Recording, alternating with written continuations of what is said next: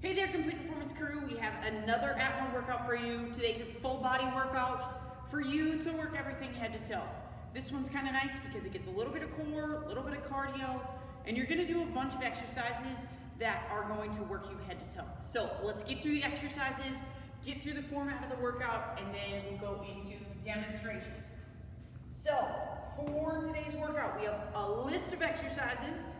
You're going 2 rounds, 75 seconds. We've done this format before where you do the exercise, 1 round for 75 seconds, then you rest for 15, do it a second time, and then you're done with it. So you only have 2 times with the exercise. I know it's long sets, so pay attention to how to move your body throughout the entire set to keep yourself moving, to keep yourself sweating, and stay active. So let's go into the first exercise. First exercise is an up and over, which when we are here, we usually do on a bench, on a box, on a BOSU. But for at home, since you probably don't have one of those, get a book, get a box that's going to support your weight. But even if you don't have it, I'm going to show you how to do it without an object. So up and over, you're going to start off to the side of it, up and over, nice and simple. The faster you go, the harder it gets. I want both feet to come off. It just adds an extra step, adds a little bit more of a drive through that heel as you come up. Now, let's say you don't have that plate. I want you to start with your feet together. Just pretend. 1, 2, 3, 1, 2, 3. As you pick up that pace, that becomes a little bit harder. Add high knees into it. It becomes more like a lateral 3-step, which we've done a few times.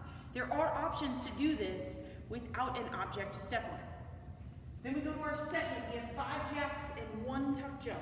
So 5 jumping jacks, 1, 2, 3, 4, 5, followed by 1 tuck jump. Now, jumping jacks, if those are for you, step out jacks. Tuck jump. If you can't do a tuck jump, all I want you to do is 1, 2, high knee, and then right back to jumping jacks.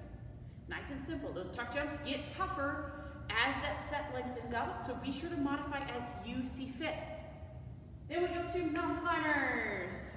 We've done these before. Hands under the shoulders, hips nice and level, back nice and long. Bring knee to chest as fast as possible. Now, remember, as we get tired, we don't want to shift back in here, so if you feel those hips drifting up, hands starting to get out in front of the shoulders, I want you to take the second to reset yourself.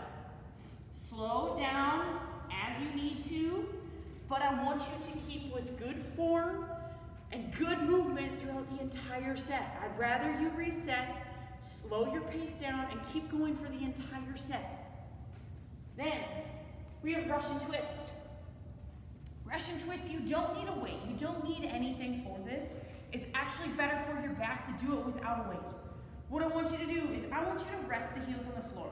Keep your back nice and flat. So pull those shoulder blades back. Start like you're in the middle. Pretend you're holding something. Rotate to the side, back to the middle, to the other side. Nice and slow. This exercise is commonly done for speed, but it's not a speed exercise. Core isn't built on doing quick, speedy reps. Nice, slow motion to target all the way up through the obliques. Then we go to pillow slams. Now, some of you have balls for ball slams at home, some of you don't, and it's perfectly okay if you don't. But if you don't have a ball, get a pillow, a blanket, wad it up. It's not so much about the weight, it's about the movement. It's about stretching and fast slam down. So, ball slam, here, up overhead, slam down, here, and slam. A pillow or a blanket, any of those is going to look the same. Really think about squeezing through that core to pull that down, driving through those legs to stand back up. That's going to get you a lot of work in. Then we have bench hops. Find a bench, a chair, a coffee table, something for you to put your hands on and kind of tip at that waist. If you're up at a little bit higher angle, that's perfectly fine. And from here, you're going to hop side to side. Stepping would be a modification for jumping if that bothers knees, ankles, hips, anything like that. Then we go to plank walkouts. Plank walkouts, you're gonna get down into a high plank position. Body's nice and long, widen those feet out just a little bit to give you a stronger base. You're gonna walk each hand out in front of you and back in, and then switch the hand that you lead. You're just walking about 5 to 6 inches out in front. Yes, we always say hands right under the shoulders, but if you're controlling it and you're lengthening it out, you're actually adding some anti-extension work for the core, which is great. Then we go to 10 in and outs plus 2 squats, feet together. Out, out, in, 1. Out, out, in, 2. That's, go all the way up to 10, then widen those feet out. 1, 2, and then go right back to it. Okay? As fast as you can, keep yourself moving throughout the set. Then we go to bench squat jumps. Find a chair. Find a chair in your house that you can sit down on. Get comfy for a second, use those 15 seconds of rest. Make sure those feet are right underneath those knees. From here, you're going to drive up, jump up, and back down.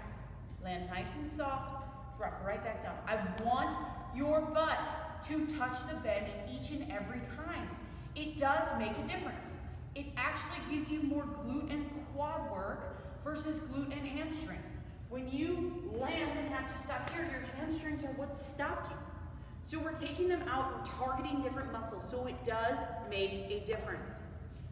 Then, if you do need to modify and you cannot jump, you should not be jumping, I want bench squats as fast as possible. Same thing, I want your ass to touch the bench every single time. Then we go to butterfly sit-ups. Butterfly, feet together like the butterfly stretch. You're going to lie down, arms overhead, squeeze core, press through the outsides of the feet, sit all the way up, back down, and sit up. If you cannot sit all the way up or crunch, if you cannot keep your feet or your hips on the floor, I want you to stay down on the ground and crunch nose up toward the ceiling. Doing them incorrectly by driving, lifting the hips up, by flailing those feet out, doesn't work your core. It's your body's way of incorporating different muscles so that your core's really not doing the work. Modify down so that you can effectively strengthen the core and work your way up to butterfly sit-ups. Then we go to 10 butt kicks plus 1 broad jump. Butt kicks, 1, 2, 3, 4, 5, 6, 7, 8, 9, 10. Plus 1 broad jump, jump forward. 1, 2, 3, 4, 5, 6, 7, 8, 9, 10. Remember, if with broad jumps, you can continue to work your way down. If you've got a long hallway, if you have the space to go down and back, that's great. If not, do 1 turn around, go back the other way. Then we go to the last one, plank leg lift. Hands under the shoulders, hips nice and level, back flat, alternate, raising foot up off the ground. Notice, nice little lift, about 3, maybe 4 inches. I'm not kicking that leg like I'm some dancer. Okay, nice little lift up, squeeze with the glutes, squeeze with the hamstring. All right, this is a great full body workout for you to work through. Remember, the purpose of these long sets is to move throughout the entire time. So if you need to modify down, if you need to drop that plank leg lift down to your knees and kick up from there, do it. I'd rather you modify down so that you continue to work through the entire 75 seconds than to rest for 20 seconds and go back to the hardest version. You're missing out on reps and opportunities to move your body, which is most important. If you have any other questions on different exercises, on modifications, on what you can do at home or on the road, please don't hesitate to reach out. Shoot me an email, a message, any way to get a hold of me, and I'd love to help. Have a great workout and stay healthy.